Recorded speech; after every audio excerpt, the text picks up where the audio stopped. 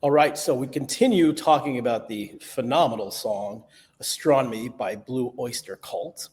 And I'm joined now by a Blue Oyster Cult member, Mr. Richie Castellano. How are you, sir? Hey, I'm doing great. Thanks for having me on. Thank you for doing this. So I love your story about how you got into Blue Oyster Cult. Please tell us. Oh, sure. I was in college studying audio production, and I got a call from a longtime friend, Steve Lacera, who was and is Blue Oyster Cult's front of house sound guy, and sort of in a panic that they didn't have a substitute sound engineer for a weekend's worth of gigs, and asking me if I could do it. So I did it, and I really got along with everyone in the band and the crew. And so they kept asking me back every few weeks. Whenever Steve would need a sub, I would jump in, and really got close with all the guys in the band, got close with Buck, and I got close with Eric. And then a situation came up where they needed someone to play bass on short notice. And Eric had remembered that he saw me with my band a few weeks earlier and remembered that I can play bass. So he said, "Hey, can you jump in and learn our entire set to do this weekend's gigs?" And I said, "Yeah, sure, that's great." And I practiced my butt off, and then the next thing I know, I'm in Las Vegas in front of a house full of hardcore BOC fans, and I did my first gig. And then every weekend they kept asking me, "Can you do next weekend? Can you do next weekend?" Until finally I said, "Would you like me to join the band?" And they said, "Do you want to join the band?" I said, "Yeah, I want to join the band." So I played bass for about a year and a half, maybe a little longer. And then Alan Lanier, who was the original keyboard player and guitar player, he retired. So rather than get someone who can double on keyboard and guitar, they knew I already played keyboard and guitar. So they just slid me over to that position. And I've been doing that for about 18 years on guitar and keys. So, what's it like performing in a legendary band like that? I mean, it just got to be insane. Oh yeah, there are pinch me moments where I'm just sitting there on stage, be at the piano, and I look over. I'm like, wow, this is pretty cool that I get to do this. This is awesome that you know these guys are legends. Buck and Eric, they helped form a genre of music.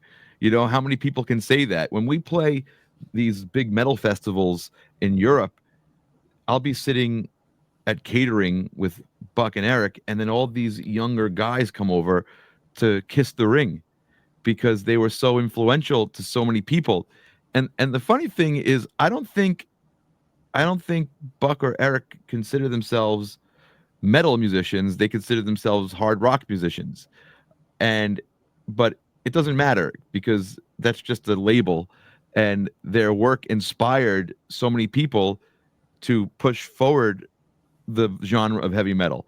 So that's always mind blowing because I can get to a point where I take it for granted. Especially we spend so much time together in vans and in airports, and I feel a very familial co- connection to the guys in Blue Oyster Cult. They're my second family, so it's a lot of ball busting, good natured, of course. It's a lot of playing around and stuff, but sometimes it's nice to get that sort of reminder that, oh yeah, these guys are the real deal and these guys are the originators. So it's amazing. It's an awesome thing. Sure, there are difficult things about the job, just like there are for any job. I'm very lucky that I get to do this job. But of course, waking up at 3 a.m. to get on 2 planes isn't my favorite thing, but it's worth it. It's worth it that we get to play music, and that, when you play a song, like you play the intro to Burning for You, and the entire audience gets up and it energizes them, or we play Don't Fear the Reaper, and you see how much that song means to so many people. It's very special to be part of that. The joys and of traveling and touring. It's so luxurious. Yeah. People don't realize that. Yeah. No, you're right. You're right. But that's a minor gripe for an otherwise amazing thing that I get to do. Well, it's interesting, because you mentioned, all these people coming up and bowing in front of the kings. Yeah, And it's really, one thing that you said, which is very common with a lot of 70s bands, is that they're like, really? We had something to do with heavy metal when, they were more considered. I mean, other than Judas Priest, everybody wants to call themselves rock. right. And I get it.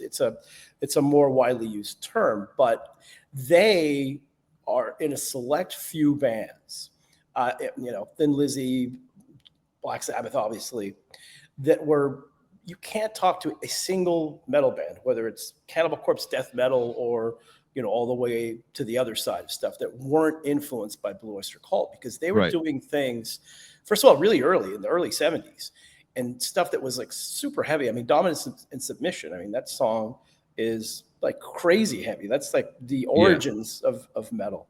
And the song we're talking about this month is Astronomy. And I'm going to get to some of the other ones at some point, I'm sure, during these 100 songs. But I wanted to do this one first just because of a couple of things. Number one, it's one of my favorite songs of all time, and they've done many versions of it. And the lyrics, which I'm going to get to in a little bit, are pretty insane.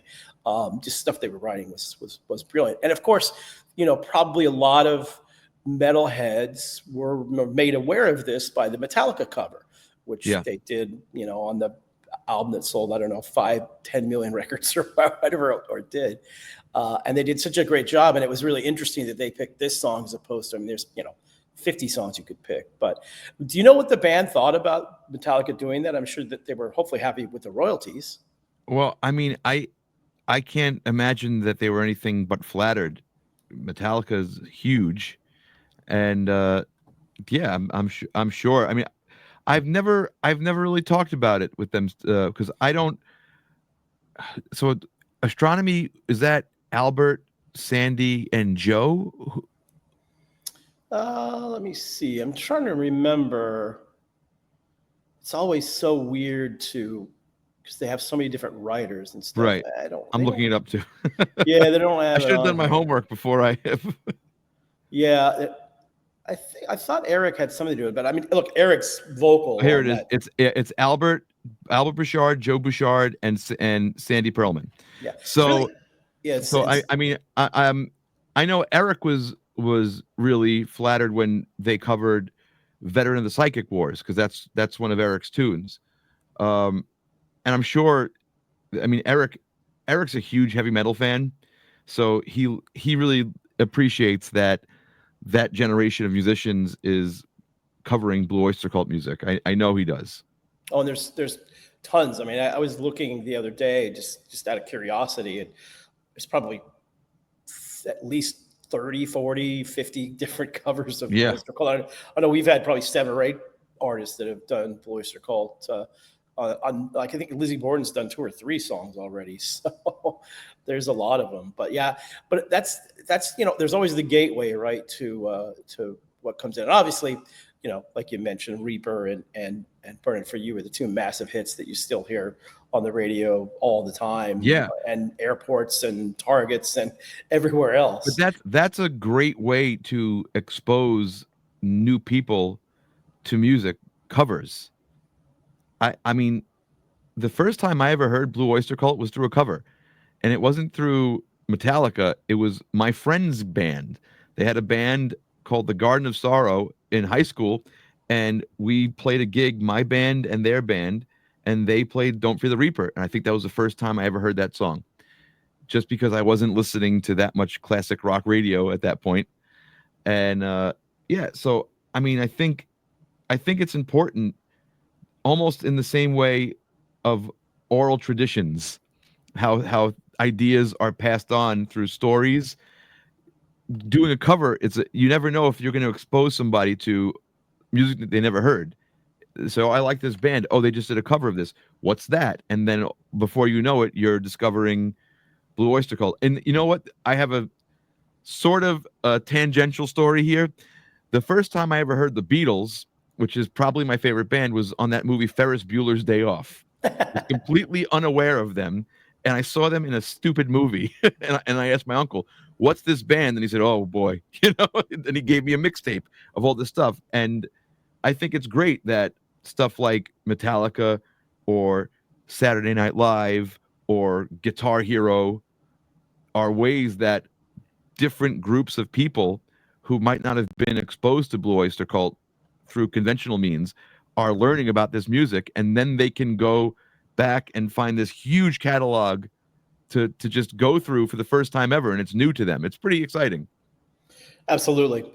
And I also, one thing about the song too is I think Eric's vocals are just so brilliant on this track, Mm-hmm. and it's really interesting because again, in the early days I don't even think they listed who did what or who wrote what or anything in the early days. In fact, I'll never forget they didn't have the lyrics in the records, and I was so fascinated by the lyrics, and couldn't understand all of them. But they had a thing where if you mailed the Blue Oyster Cult fan club like $5, they sent you all these typewritten lyrics. So I have all the lyrics to the first 3 records. That's really cool. In my old record, in the old sleeves, which is really cool because I was listening to it. Oh my gosh! But yeah, I was looking at the lyrics, and there's just a couple things that I haven't mentioned yet on this episode. But it's like when you look at these lines, it's pretty crazy. And I don't know who wrote the lyrics. So I'm pretty. If I had to guess, it was Sandy Pearlman.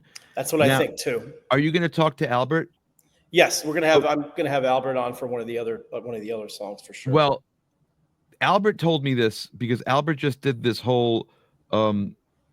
So Albert did this Imaginos 3-part trilogy thing, Mm-hmm. and I got to contribute to that, and it was really fun. I like Albert a lot, and I like working with Albert a lot. But I asked him about this. I said, "What is this about? Like what is this Imaginos thing?"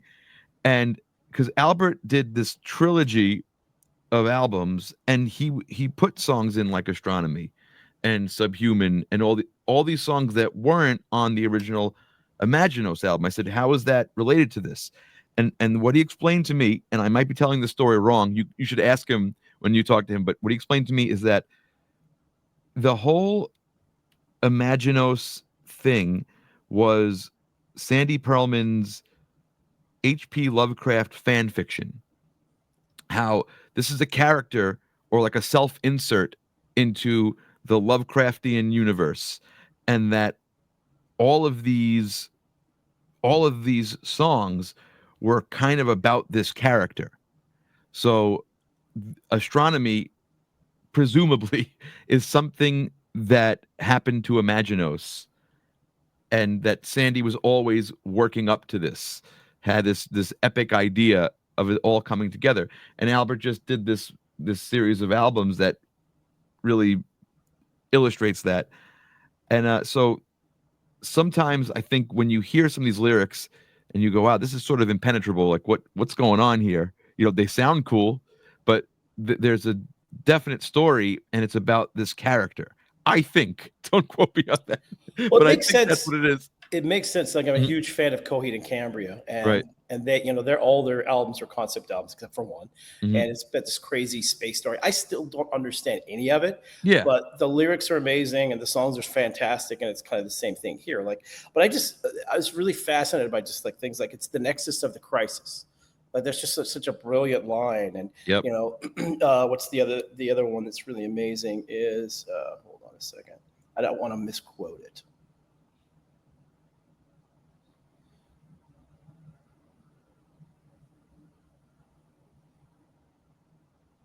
I mean, there's so many on here. It's just like insane. Clock strikes 12 and moondrops burst. Yeah. So it's definitely very Lovecrafty. I can see that. Oh yeah, the queenly flux, eternal light, or the light that never wars. Yeah, I can't write stuff like that. That's pretty amazing. It's like so like wow. Like, Yeah, I don't know what beautiful. it means, but it's cool. And also, it's one thing to have poetry that looks nice, but all those lyrics sing well. And I think, you know what, that's also a testament to Eric of delivering these lines. Because if you can't deliver them with the right attitude, they're going to fall flat. And having the opportunity of writing songs with Eric and having Eric sing stuff that I wrote, Eric has a real gift for delivery. He knows how to make something sound. If you tell Eric this song needs to sound sinister, he got it. You know what I mean? That's his wheelhouse. He's great at it. It's so without the delivery, I think that the lyrics are great as they are, but I think Eric's delivery will carry it over the finish line, just in the way that a good actor can really make a good script even better with the delivery. And that's what makes this song so classic, is Mhm. because of the way. And when Metallica did it, for example, James was very careful to sing it very similar to the way Eric sang it. Yeah. And I used to get into arguments with people, mostly critics and other people that were kind of like, "Oh, Blue Oyster Cult, they don't really have any good singers in the band." I'm like, "Are you crazy? Like, all these guys are really good singers." And Eric Bloom, to me, is like in top 10, top 20 singers in rock and metal of all time, if you ask me. I'm going to refer to that story about being in the European metal fests, when people come up to him and say, "You're my favorite singer," and Yep. it's touching to look at that. Or I was at the airport in, I think, Sweden, and Stephen Piercy I was eating breakfast. Stephen Piercy sat down next to me, and he told me, just randomly, just started telling me all the stuff he loves about Blue Oyster Cult, especially Eric, how Eric's his favorite singer, his inspiration. That's so cool. Eric, who I get to see and I talk about TV shows with all the time and video games. That's he's the blueprint for a lot of people. Yep, 100%. By the way, speaking of stories, you have a great story how you kind of became close with Eric too. You've got to tell that one. Oh, yeah. So it took Eric a while to warm up to me, because I think Eric felt that, I'm just a sub.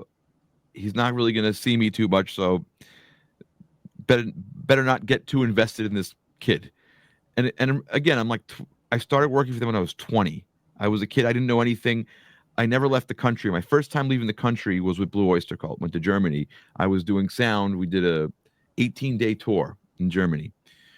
And boy, was that eye-opening to travel with them like that. But we get on the tour bus, and we go to the back of the tour bus, and both of us at the same time go, "Oh, look, they have an Xbox." And we look at each other. "You play video games?" "Yeah."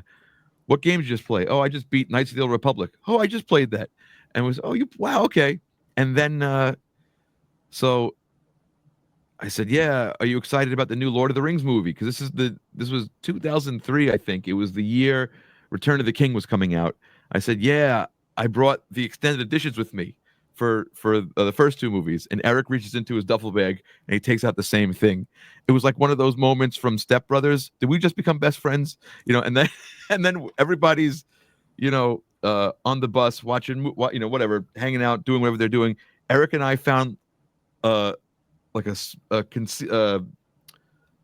an area away from everybody else on the bus, where we could just sit next to each other and watch on a little DVD player the first two Lord of the Rings movie while the German countryside was passing us by.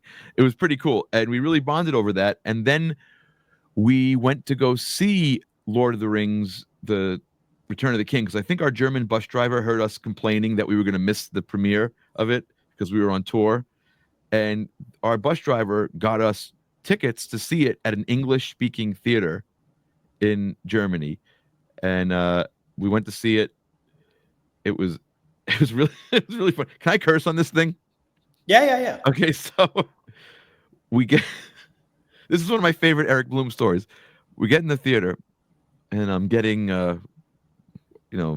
Twizzlers and a drink or whatever. He goes, "Look, I'm not here to eat. I'm here to watch the film, okay? I don't want to hear slurping of the straw. I don't want to hear crunching of the popcorn. I don't want to hear tearing of the wrapper. I'm just there to watch the movie. This is not dinner. This is a movie." I said, "All right, okay, cool." So the movie starts. I'm sitting next to him. I take a piece of popcorn. I'm going, and try to eat it quietly and slowly opening the candy wrapper and quietly. And then about 20 minutes into the movie, I think Legolas surfs off a elephant and shoots two people with his bow and arrow. And Eric shakes me and goes, "That was fucking awesome!" In the middle of the after my speech about having to be quiet the whole time. But yeah, and then after that we stayed in touch. I got him on a video game, one of these massively multiplayer online games that I was playing with my friends, and then he started playing with us. And like, who's this guy playing with us, Richie? I was like, that's the lead singer of Blue Oyster Cult. He's playing a Wookiee in this game. So, and the first time I ever invited him to come see he didn't know that I played really. He kind of had an idea, but he'd never seen me play. So the first time he was aware of that, we were playing our online game together, and I invited him in the game. Would you like to come down and see my band play? We're doing all of the Beatles Rubber Soul album. And he said, oh, I love the Beatles. Yeah, I'll come down. He said, Learn Cities on Flame. I'll sit in with you guys. So that night, Eric saw me play for the first time, jammed with me for the first time, and then weeks later, I was in Blue Oyster Cult. And it was all because of video games. So kids, make sure you play video games. Very important for your career. Very important. So had you seen Blue Oyster Cult before you started working with them? Never. I knew nothing except for my friend's band playing it in high school. And as soon as I got the gig, I went to my nearest record store. I bought a cassette of Blue Oyster Cult Greatest Hits, and I was studying the songs, so I wanted to know the arrangements. And then I get to the gig. I pick up the tour manager at the airport, and I said, hey, I've been studying the cassette of the Greatest Hits. He goes, no, don't do that. I said, what do you mean? He goes, we don't want to sign the record. I said, big rock show, big, loud, and nasty. And that's what he told me. I said, oh, I can do that. So I made them ungodly loud. And after the first show, Bobby Rondinelli came up to me, who was playing drums at the time. He said, I heard my toms bouncing off buildings in the distance. Good job. Nice. Yeah. So I'm not a musician, so I'm I have no clue about things like playing the music. But it seems to me, and you can answer this question, it seems to me that some of the Blue Oyster Cult songs are fairly difficult to play. They're deceptively hard because you listen to them and it's not, okay, this isn't Dream Theater. I can play this. And then you start playing it and you get lost. And it's because they like odd phrases. There are 5-bar phrases. Most of the time, music, it's you organize things into even phrases, 4s, 8s, and it's very predictable. And okay, I'm going to do this 2 times, 4 times, 8 times, and then we move on to another section. And with Blue Oyster Cult, there's always a little trick, and the trick will throw you off. So you really have to do your homework. I just remember when the band was doing drum auditions, watching people wipe out on seemingly simple songs because they're not. And also, a lot of this stuff is very chopsy, especially if you're going to learn Buck's guitar parts. It requires a good amount of skill to play like Buck. He's one of the greatest rock guitar players of all time. He just is. He's consistently good. I think he just turned 77, and we're playing gigs, and he's consistently good. He has something to say where I would have run out of licks. He can keep going. It's pretty incredible. Yeah, he's such an amazing guitar player. It always bothered me that I mean, really, again, the fans and the bands all know how phenomenal this band is, but they really never got a lot of credit about how good they were as musicians, especially Buck. I mean, he's just such a great player. And you really see that now, because I've noticed that the last few times I've seen Blue Oyster Cult, it's a little bit more jammy sort of stuff going on where Buck kind of gets to go off and play some really amazing guitar parts. You know what's cool? I've been at jams or parties with Buck where he'll just jump on stage and play anything. He can play anything. A lot of people, especially rock stars, they only have to know the 40 or 50 songs in their band's repertoire, and that's it. And that's all they ever have to play. But Buck is one of these musicians who can hang with anybody. He can play anything. I did a thing at the NAMM show one year, and I said, do you want to sit? It was my band. I said, do you want to sit in with my band? He said, sure. So I gave him a set list of cover tunes, and he learned them and played them, and he was great. and also you can throw weird stuff at him. You can throw jazz at him, and he just plays it good. And I'm like, where'd you learn how to play jazz? He said, I'm just listening to the chords. He just has a knack for it. He's just a great improviser, and he just flows so nicely when he plays. It's really, sometimes I have to, when you're playing on stage, you're supposed to be listening to everybody, but I'm usually worried about, like, okay, do I sound okay? Am I in time? Am I stepping on anybody? But lately I've been really making an effort to really listen to what he's doing, because I'm realizing that I have this opportunity to be on stage with one of the best improvisers in rock music. He really is. And anybody who's paying attention will agree with me. And it's just amazing how he develops ideas. I love it. Yeah, I mean, that's another one of the many reasons why these guys are so legendary. Look, Richie, I can't thank you enough for doing this. It's great to get a really good insight on the band, and because they're kind of mysterious in a lot of ways, so it's fun to get the stories and stuff. So I really appreciate you coming on. You got to log on to Eric's video game. That's how you get the information. There you go, and learn to play your video games, kids at home. All right, dude. Thanks again, man. I really appreciate it. You're very welcome. Have a good one. That's great. Thank you. Cool.